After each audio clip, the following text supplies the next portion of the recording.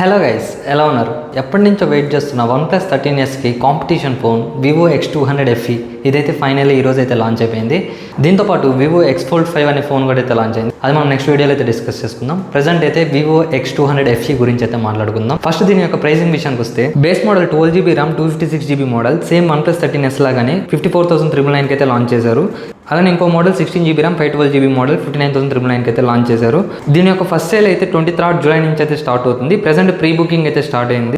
మీరు ఈ ప్రీ బుకింగ్లో ఇక్కడ చూపిస్తున్న కార్డ్స్ పైన SBI, HDFC, IDFC first bank పైన అయితే 10% ఇన్స్టెంట్ డిస్కౌంట్ అయితే ఇస్తున్నారు. అరౌండ్ మీకు 50,000కి అయితే వస్తుంది బేస్ మోడల్ ప్రైస్. అలానే ఇంకొకటి మీకు ఎక్స్చేంజ్ బోనస్ ఆఫర్ కూడా అయితే ఉంటుంది. అలానే 1 year ఎక్స్టెండెడ్ వారంటీ అయితే ఉంటుంది.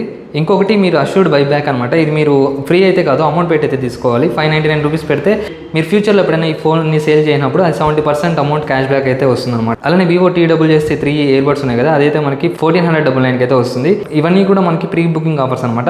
ఇది ఓన్లీ 14th జూలై నుంచి 22nd జూలై వరకు అయితే అప్లికబుల్ అవుతుంది. అలానే ఇంకా మనం ఈ Vivo X200 FE యొక్క స్పెసిఫికేషన్స్, ప్రోస్ అండ్ కాన్స్, అలానే దీని యొక్క టఫ్ కాంపిటీటర్ అయిన OnePlus 13Sతో కంపేర్ చేసుకుంటే ఏది బెటర్ ఫోన్ అనేది మనం డీటెయిల్గా నెక్స్ట్ వీడియోలో అయితే కంపారిజన్ చేసుకుందాం. ఈ వీడియోలో అది కూడా కంపారిజన్ చేస్తే వీడియో లెంత్ అయితే ఎక్కువ అయిపోతుంది, మీకు చూడడానికి బోర్ అయితే కొడుతుంది. సో దానివల్ల అయితే నెక్స్ట్ వీడియోలో Vivo X200 FE అలానే OnePlus 13S డీటెయిల్ కంపారిజన్ అయితే చేద్దాం.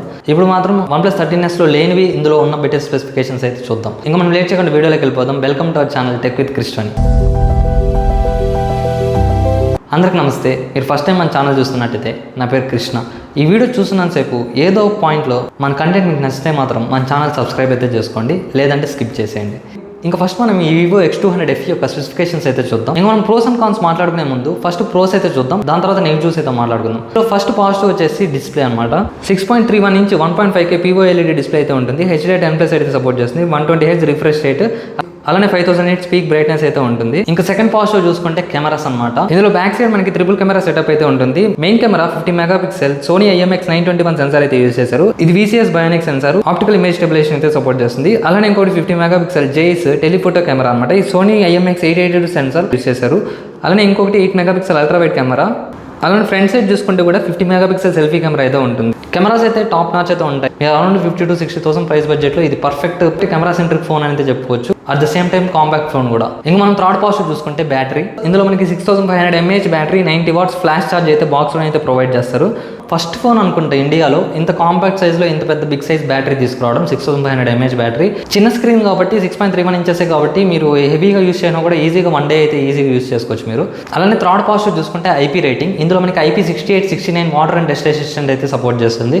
ఇది ఒక మంచి విషయం అయితే చెప్పుకోవచ్చు. మనకు అక్కడ లాంచ్ అయిన కాంపాక్ట్ ఫోన్ OnePlus 13Sలో మనకి IP రేటింగ్ అయితే సపోర్ట్ చేయదు, ఇందులో అయితే సపోర్ట్ చేస్తుంది. అది ఒక మంచి మూవ్ అని అయితే చెప్పుకోవచ్చు. అలానే ఇంకొక పాజిటివ్ చూసుకుంటే అప్డేట్స్ అనమాట. ఇందులో మనకి 4 years ఆండ్రాయిడ్ అప్గ్రేడ్స్, అలానే 5 years సెక్యూరిటీ అప్డేట్ ఇస్తామని అయితే ప్రామిస్ చేశారు. నేను 3 years ఇస్తారేమో అనుకున్నా ఆండ్రాయిడ్ అప్గ్రేడ్స్, కానీ 4 years ఇచ్చారు కాబట్టి విషయం అయితే చెప్పుకోవచ్చు ఇది. సో ఇవి నాకు అనిపించిన కొన్ని పాజిటివ్ పాయింట్స్ అయితే ఇందులో. ఇది కాంపాక్ట్ ఫ్లాగ్షిప్ ఫోన్ కాబట్టి మీకు మిగిలిన ఫీచర్స్ అన్నీ అయితే ఉంటాయి. ఇంకా మనం ఇప్పుడు నెగిటివ్ విషయానికి వస్తే ఫస్ట్ నెగిటివ్ వచ్చేసి ప్రాసెసర్ అనేది అనిపించింది. వీళ్ళు నెగిటివ్ అంటే ఇది మరీ నెగిటివ్ అని కాదు, కాన్ సెక్షన్ సైడ్ అయితే అనిపించింది. ఎందుకంటే మీరు బడ్జెట్ పెడుతున్నారు కాబట్టి మీరు స్నాప్డ్రాగన్ 888 ప్రాసెసర్ వెళ్ళిపోయింటే అసలు one of the beast phone అయ్యేది అనమాట. అక్కడ మీరు కంపేర్ చేసుకోవచ్చు. ఇందులో మనకి యూస్ చేసిన ప్రాసెసర్ వచ్చేసి MediaTek Dimensity 9300+ ప్రాసెసర్ అయితే యూస్ చేశారు. కంపారిజన్ వైస్ చూసుకున్నా కూడా 888తో కంపేర్ చేసుకుంటే కొంచెం డిగ్రేడ్ అయితే అవుతుంది. మరి అంత తీసి పారేసే అంత ప్రాసెసర్ అయితే కాదు, మంచి ప్రాసెసర్, అక్కడ చాలా మంచి ప్రాసెసర్. కాకపోతే కొంచెం మీరు GPU పర్ఫార్మెన్స్ కానీ లేదంటే గేమింగ్ ఆడేటప్పుడు కానీ మీకు కొంచెం థ్రాట్లింగ్ ఇవంతా కంపేర్ చేసుకున్నా కూడా మీకు 888 కంటే కొంచెం 9300+ కొంచెం డిగ్రేడ్ అయితే ఉంటుంది. నేను రివ్యూ స్కోర్ కూడా అయితే చేస్తున్నాను, ఒకసారి చూడండి ఇక్కడ. సో ఇది కొంచెం నాకు డ్రాబ్యాక్ అయితే అనిపించింది.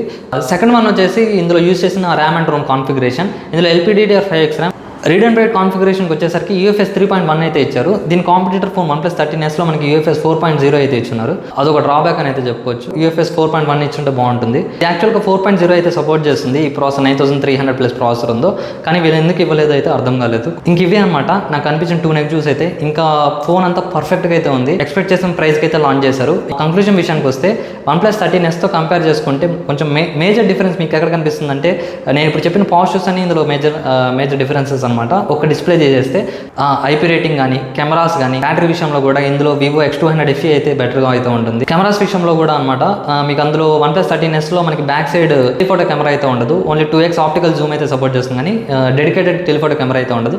ఇందులో అయితే మనకి డెడికేటెడ్ టెలిఫోటో కెమెరా ఉంటుంది. Same time 3x optical Zoom అయితే కూడా ఉంటుంది. నువ్వు కెమెరా యూస్ చేయలేదు కదా, నువ్వేలా చెప్తున్నావు అంటే వీళ్ళు యూస్ చేసిన సెన్సార్స్ కూడా OnePlus 13s లో కంటే వివో X200 FE లో యూస్ చేసిన సెన్సార్స్ చాలా బెటర్ అయితే ఉంటాయి. చూస్తేనే అర్థమైపోతుంది మీకు సెన్సార్స్ చూస్తేనే. ఇందులో వివోలో ఇంకా మనకి బెటర్ ఆప్టిమైజేషన్ కూడా ఉంటుంది కాబట్టి అందుకనేసి వీళ్ళు MediaTek ప్రాసెసర్ తీసుకొచ్చారనుకుంటా నాకు తెలిసి, అంటే బెటర్ ఆప్టిమైజేషన్ కోసం.